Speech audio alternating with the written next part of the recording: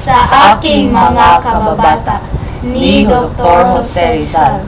Kapag ka ang bayay sadyang umiibig sa kanyang salitang kaloob ng langit, sanlang kalayaan nasa ring masapit, katulad ng ibong nasa himpapawid, pagkat ang salita'y isang kahatulan sa bayan, sa nayot, mga kaharian, at ang isang tao'y katulad kabagay ng alinmang likha noong kalayaan, ang hindi magmahal sa kanyang salita, mahigit sa hayop at malansang isda, kaya ang marapat magyamaning kusa, na tulad ng inang tunay na nagpala.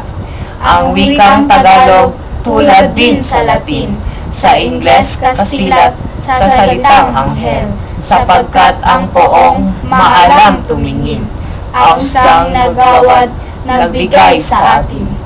Ang salita natin tulad din sa iba, na may alfabeto at sariling letra, na kaya nawalay dinatnan ng sigwa, ang lunday sa lawa noong dakong una.